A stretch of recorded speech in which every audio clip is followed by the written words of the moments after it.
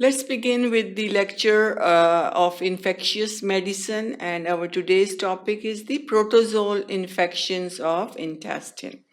The first protozoa which we will discuss in our today's lecture is the Giardia or Giardiasis. So this is the Giardia. That's how it appears. It's a flagellated protozoa. You can see these are the flagella, and it's a flagellated protozoan known as Giardia. Giardia lambia is very common Giardia protozoan that causes the infection of the intestine. So Giardiasis is the infection caused by Giardia, and that's the appearance. It's a flagellated protozoan. The life cycle of Giardiasis, how the humans get infected with the Giardia. The important thing is it's the infection of intestine. So protozoal infection of the intestine. So the route should be the oral route. After ingestion of the food, contaminated food, drinking contaminated water, no proper hygiene, not washing hands properly. So all these are the sources that can cause the infection of the intestine by these different protozoa. So the life cycle of the giardiasis or infection caused by Giardia. What are the different steps? First, there is ingestion of the dormant cysts. Cysts are ingested by the humans. So ingestion of the dormant cyst.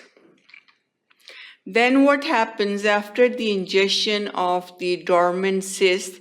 There is excistation. Trophozoite emerge to an active state. So first the ingestion of the cyst, dormant cyst. After the ingestion of the dormant cyst, then the encystation, breaking of the cyst, and then getting out of the cyst, there is a trophozoite that emerged from the cyst into an active state. So after the encystation, trophozoite is released to an active state.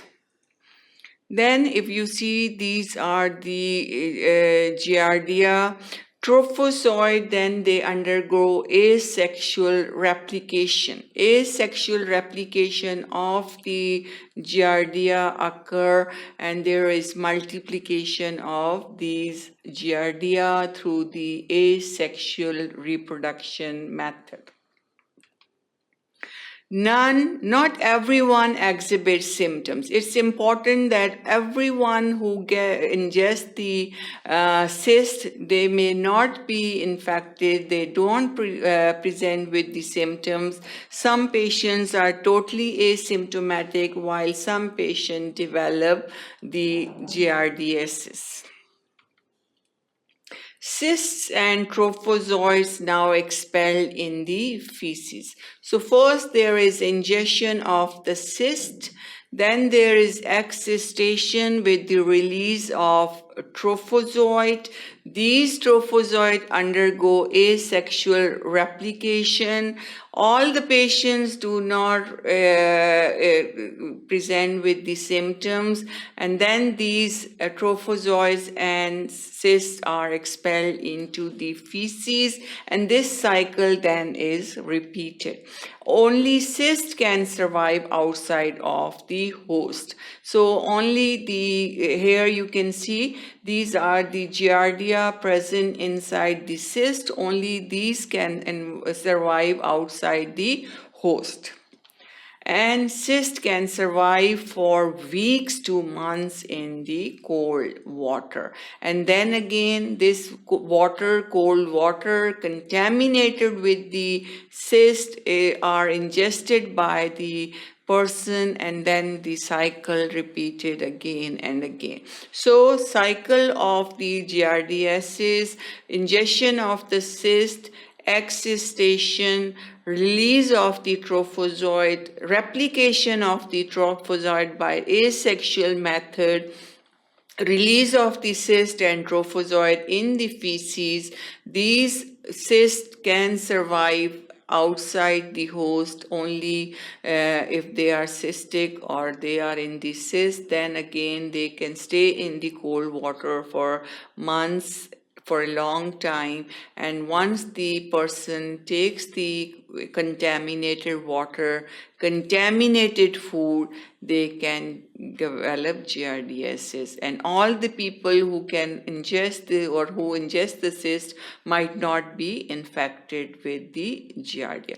So that's the life cycle of the giardiasis. Next, pathophysiology, how it affects. Mostly you will see when we will talk about these different protozoa causing the infection of the intestine.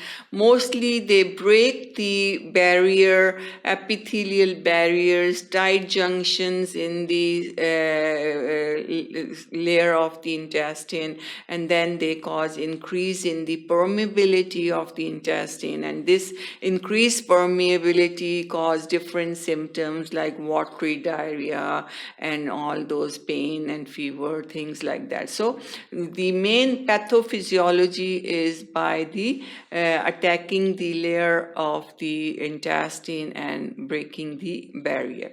So here if you see, this is the intestinal lumen, then we have outer mucus layer and the inner mucus layer. So intestinal lumen, outer layer and the inner layer, this is the condition with the aerobic. Aerobic is the oxygen, and the inside here in the inner mucus layer, these conditions are anaerobic because they do not have any oxygen. These are the different components present inside the outer mucus layer. If you see the outer mucus layer, extracellular nuclease, these are extracellular nuclease. Then we have GCATB, tenascin, PNPO, enteric pathogens. These are the pathogens causing disease. Then we have tight junctions and adjacent junctions. So all these are the components present in the outer mucus layer. So outer mucus layer, once it's destroyed by the pathogens, then there is a leakage of different components and it can cause increase in the permeability.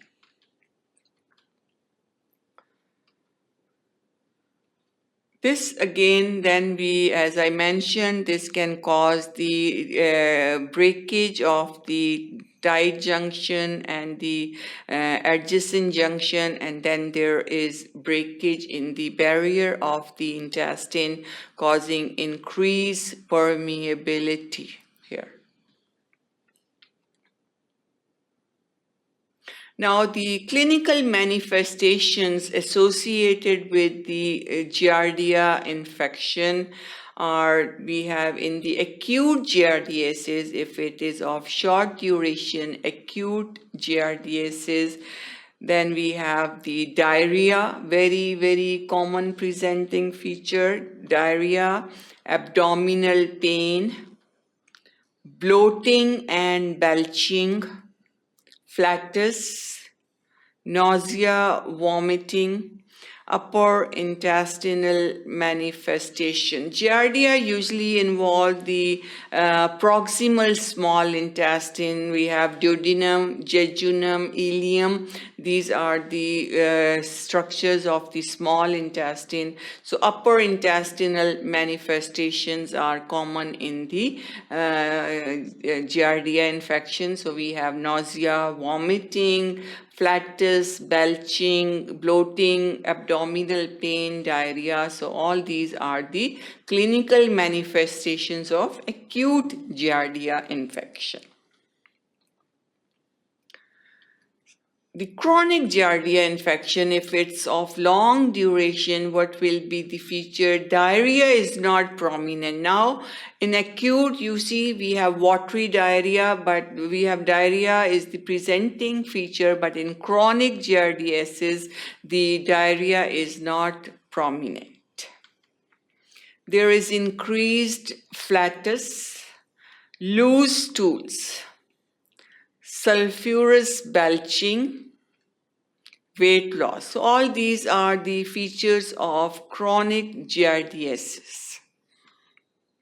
Fever, blood mucus in the stools is present, urticaria, anterior uveitis, and arthritis. Now with the chronic giardiasis, you can see we have the symptoms which are not only limited to intestine. Now we have other presenting features like urticaria, arthritis, involvement of the eyes, uveitis.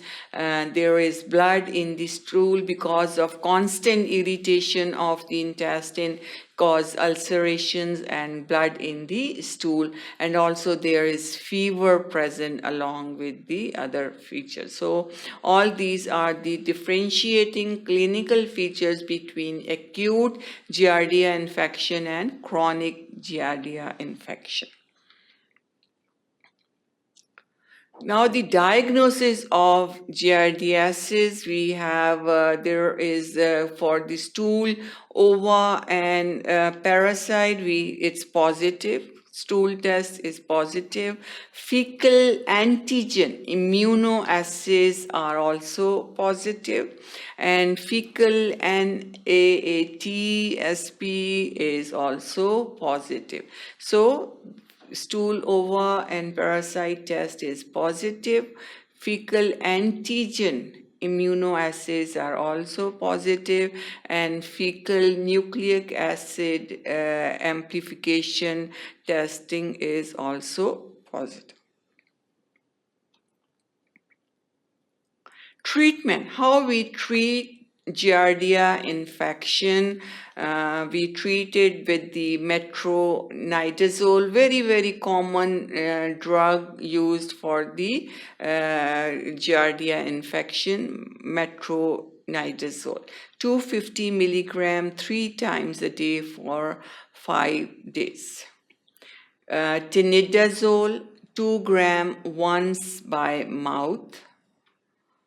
Albendazole, 400 milligram daily for 5 to 10 days. Nitazoxanide, 500 milligram twice daily for 3 days.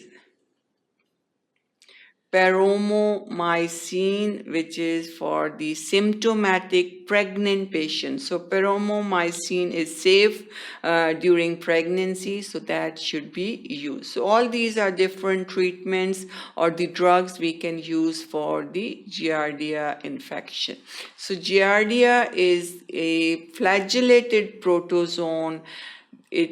We get the infection by the ingestion of the cyst, encystation occur, where is release of the trophozoite, multiplication of the trophozoite by the asexual reproduction, and then again it is released in the feces.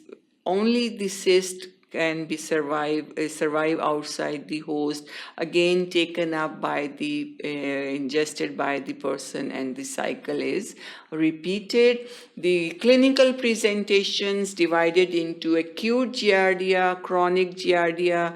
Acute, we have the diarrhea, belching, bloating, and then abdominal pain. But the chronic, besides the diarrhea is not prominent in the chronic infection, but we have blood in the stool, there is fever, uveitis, arthritis, all these are associated with Giardia infection. Prevention, how we can prevent the infection from the Giardia by proper hand washing. Proper hygiene is very important. We know that it spreads through the contaminated water, contaminated food. Not properly washing the hands after going to the washrooms, and then we should be properly washing the hands before handling the food. So washing the hands and then washing the vegetables, fruits, which can be contaminated by the cysts, Giardiasis. So it's very important, and that is very helpful for the prevention of the infection. Now, the next protozoa which can cause infection of the intestine is the cryptosporidiosis. Cryptosporidiosis, the cause is the cryptosporidium. The protozoa that cause cryptosporidiosis is cryptosporidium. That's the picture how the cryptosporidium looks like. Looks like the round worm. That's cryptosporidium. Life cycle of cryptosporidiosis: thick-walled oocyst, sporulated exit the host. So again, thick-walled oocyst. This is thick-walled oocyst that exit the host. Then contamination of water and food with oocyst. So after the exit of the oocyst, the food and water gets contaminated with the oocyst. It might be a drinking water or recreational water, the water, swimming water that can be infected by the oocyst. Then thick-walled oocysts are ingested by the host, and again they exit the host. So the simple cycle, like the Giardia cycle, the cyst is excreted, taken up by the person by ingesting the contaminated food and water, and then excreted again. So it's a simple cycle from one human to another. The pathogenesis of cryptosporidiosis: Cryptosporidium parvum attaches to the microvillus membrane. That's the microvillus membrane. It involves mainly the small intestine, lower part. So jejunum is very commonly affected by the cryptosporidium, and it attaches to the microvilli. Here you can see the cryptosporidium parvum attaches to the microvillus membrane. And then what happens, different changes occur and they attack the nucleus. Different different inflammatory chemicals are released, like interleukin-8, and then inflammatory reaction occurs, causes the release of the neutrophils, white blood cells, and then this can cause increase in the secretion of 5-hydroxytryptamine and PGE2. And there is release of enterotoxin. So the cryptosporidium parvum, it attaches to the microvilli. Then that brings about different changes inside the cell and cause release of different inflammatory chemicals, and then neutrophils are produced. Then this can cause increase in the release of 5-hydroxy tryptamine and PGE2, and this again cause further release of the toxins. These toxins cause destruction of the villi, destruction of the lining, and cause increase in the permeability of the intestine.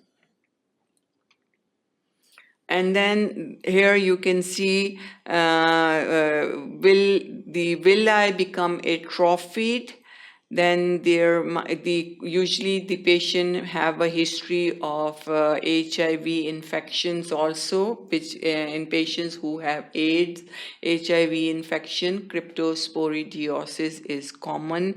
And then we have malabsorption occurs through the villi, and it causes malabsorption syndrome also. So the mechanism is pretty much the same.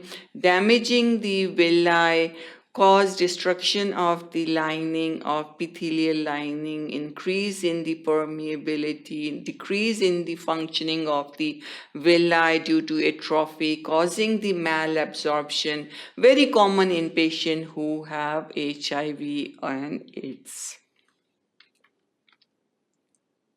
Clinical manifestations, we have watery, non-bloody diarrhea, abdominal pain, nausea, anorexia, fever, and weight loss. Malabsorption is present. Because of that, there is weight loss. Patients do not eat properly.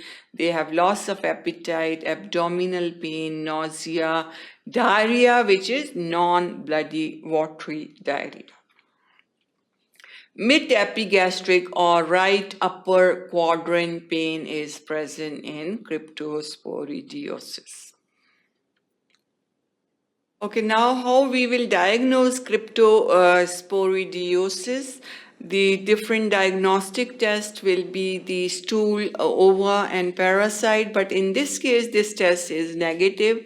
And if you remember, I said that it's positive in the Giardia infection. So that's one differentiating feature. Stool, ova, and parasite test is negative in this case. The other test which we did not perform in case of Giardia is fecal acid fast stain testing, which is positive in cryptosporidiosis. And then we have fecal antigen immunoassay, which is also positive in cryptosporidiosis, and fecal NAAT testing, that's also positive. So diagnostic tests for cryptosporidiosis, we have 4 different tests. Then the treatment for cryptosporidium infection, we have nitazoxanide 500 milligram twice daily for 3 days. Replacement of fluid and electrolytes. It's very important because we have watery diarrhea, lots of electrolytes are lost, fluid is lost, so that fluid replacement and electrolyte replacement is important. Antidiarrheal agents are also used. Now, another protozoa causing the infection of the intestine, we have cystoisosporiasis, Cystoisospora belli. So, cystoisosporiasis, that's the histological picture of Cystoisospora belli or Cystoisosporiasis. Now the cycle is, again, there are oocysts in the feces, immature oocysts with sporoblasts. So cystoisosporiasis, first the oocysts, they change into immature oocysts with sporoblasts. Blasts are immature cells. Then they change into immature oocysts with sporocysts. So sporoblasts change to sporocysts. Then they become mature cysts oocyst with the sporozoites. And they are ingested by the sporozoites, are ingested by the humans, host, and then again they excreted in the feces. So cystoisosporiasis, oocyst release in the feces. First, they become immature oocysts with sporoblasts, then immature oocyst with the sporocysts, and then they become the mature oocyst with the sporozoites, and these mature oocysts with the sporozoites are these oocysts that can cause infection.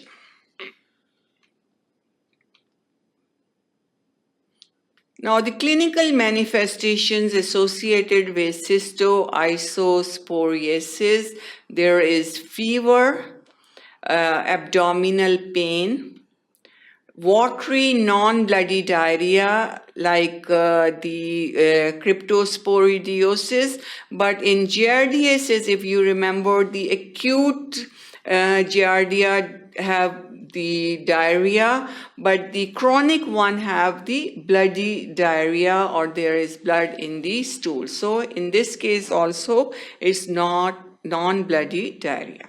And then we have eosinophilia, increased eosinophil in the blood.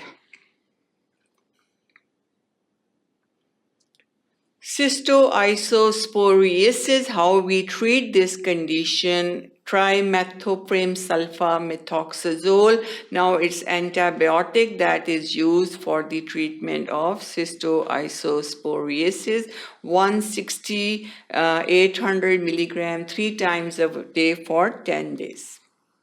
Pyrimethamine 50 to 75 milligram per day. Next protozoa is cyclosporiasis, and it's called Cyclosporacayetanensis. That's the Cyclospora or Cyclosporiasis. Manifestations of cyclosporiasis are diarrhea, flu-like symptoms, flatulence and belching, anorexia. So all these are because they are protozoal infections of the intestine, so most likely they all have the diarrhea, fever, and belching, flatulence, nausea, vomiting. So anorexia, pretty much the same features are associated with all these infections. Diagnosis of cyclosporiasis, stool, ova, and parasite, again, this is negative. Fecal acid fast stain is positive. Fecal NAAT test is also positive. Treatment for cyclosporiasis, trimethoprim sulfamethoxazole, same dosage, 160/800 milligram twice daily for 7 to 10 days. Next, microsporidiosis. Microsporidia cause microsporidiosis. That's the picture of microsporidiosis. The life cycle of microsporidiosis. Presumed ingestion or respiratory acquisition of spores. So, as the name shows, microsporidia, they have small spores. Micro means small and spores. So, in ingestion, there is ingestion, presumed ingestion, or by the breathing, respiratory acquisition of spores enter into the body by the ingestion or by inhalation, both ways.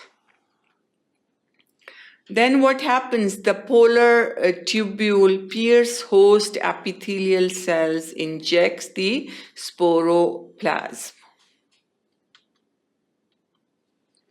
Intracellular multiplication via merogony and sporogony. So both intracellular multiplication occurs of the tubules and via the merogony and sporogony. Both ways can this multiplication occur. Then we have encephalitozoon intestinalis in epithelial cells, endothelial cells, or macrophages. So here these changes can occur. Spore-laden host cells sloughed into lumina of gastrointestinal tract, respiratory, or GIT. Slough cell degenerates spores shed in bodily fluid. So in this case, we have not the cyst, they are the spores ingested. Multiplication occur whether by the merogony or sporogony, and then the spores they shed and then they are secreted into the bodily fluids. Person-to-person contact can occur. It can be zoonotic, waterborne, or foodborne transmission. So transmission is more widespread. It can be person-to-person, zoonotic, and waterborne or foodborne transmission.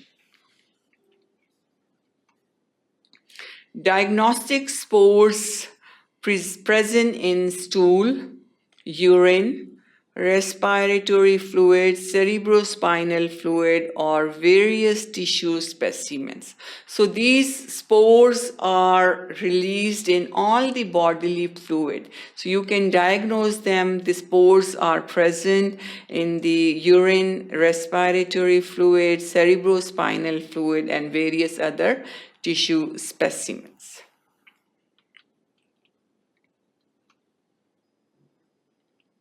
The diagnosis of microsporidiosis,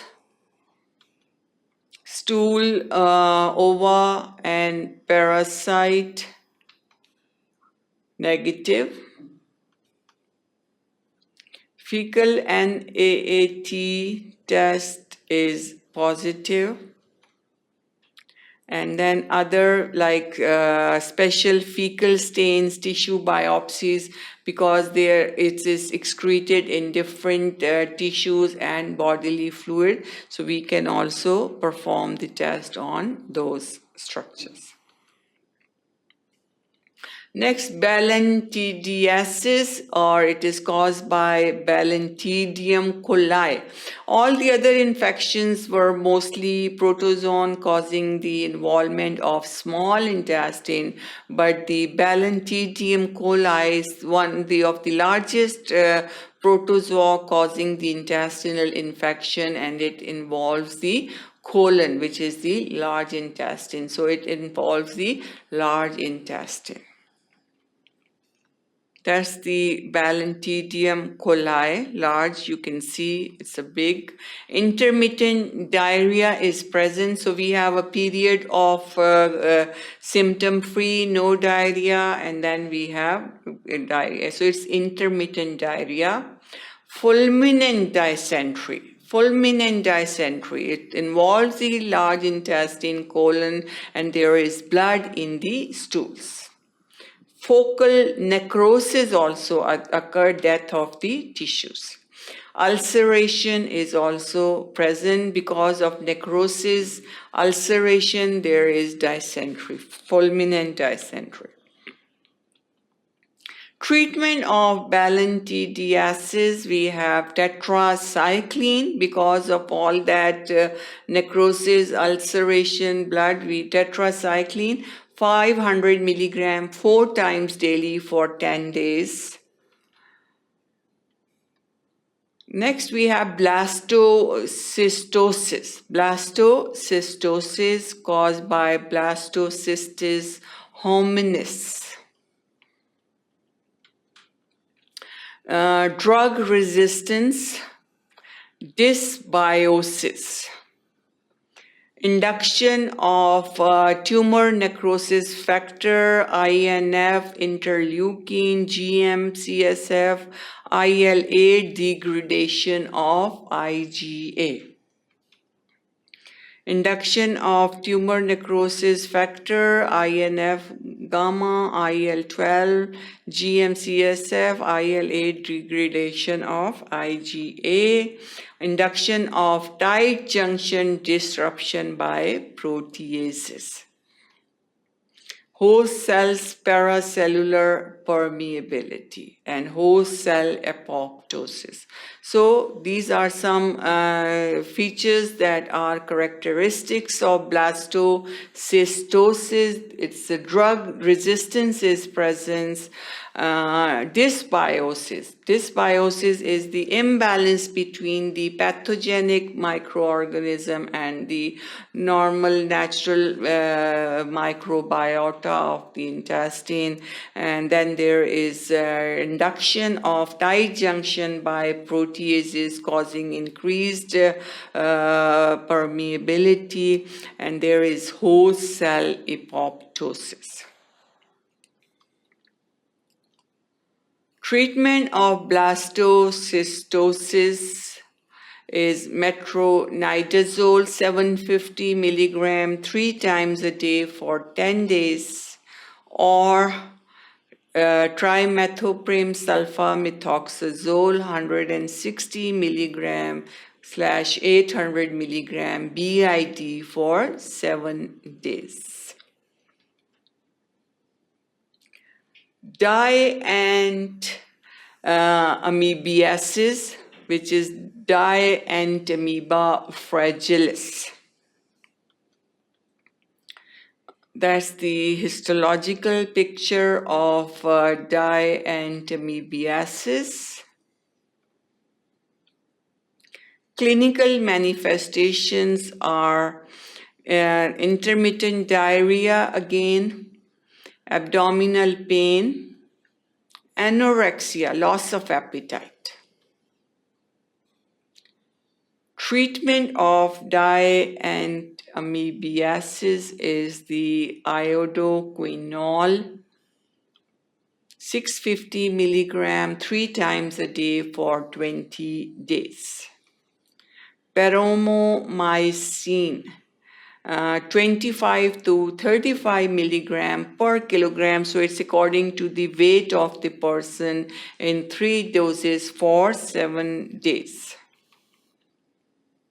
Next, trichomoniasis. Trichomonas vaginalis is a sexually transmitted disease. It is in the trophozoite in vaginal and prostatic secretion and urine. So in trichomoniasis, it's one of the STDs transfer in the secretions of in the vaginal secretions, urethral, and also in the prostatic secretions. So there are trophozoite. That's again it's a flagellate protozoan, trichomonias. Trophozoites are present in the vaginal and prostatic secretion and also in the urine.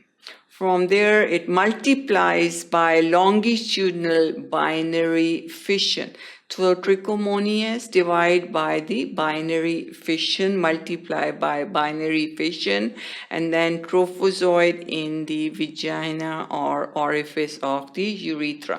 So again, from during the contact, if there is an infected female partner, she can transfer to the male partner. So it's mainly through the sexual contact, and it is present in the secretions of the urethra, vagina, and the prostatic secretions.